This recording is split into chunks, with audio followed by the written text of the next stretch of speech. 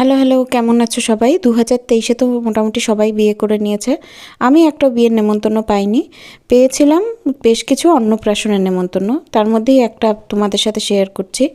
শুরুতেই আমাদের একটা পনির পাসিন্দা দিয়েছিল, সাথে একটা ধনেপাতার চাটনি, তারপরে রাধাবল্লভী চানা মশলা। প্রত্যেকটা রান্না না বেশ টেস্টি হয়েছিল, কিন্তু শীতকালে যেটা সমস্যা সবটা ঠান্ডা হয়ে যায়। তারপরে দিয়েছিল ভাত, কাতলা কালিয়া বা দই কাতলা, আমি অতটা বুঝতে পারিনি এটা, কিন্তু এত টেস্ট হয়েছিল। আমি এই প্রথম কোথাও গিয়ে মাছ দুবার নিয়েছিলাম। আর তারপরে তো চিকেন ছিল ভাতের সাথে, আর অন্য কিছু করেনি, খুব প্লেন খাবার করেছিল, কিন্তু রান্না এত সুস্বাদু হয়েছিল যে মুখে লেগে থাকার মতো। সাধারণত চিকেন থাকলে আমি অতটা ইন্টারেস্ট দেখাই না, কিন্তু এই চিকেনটা এত সুস্বাদু হয়েছিল বলার মতো না। তারপরে তো চাটনি পাঁপড় ছিল, মিষ্টি ছিল।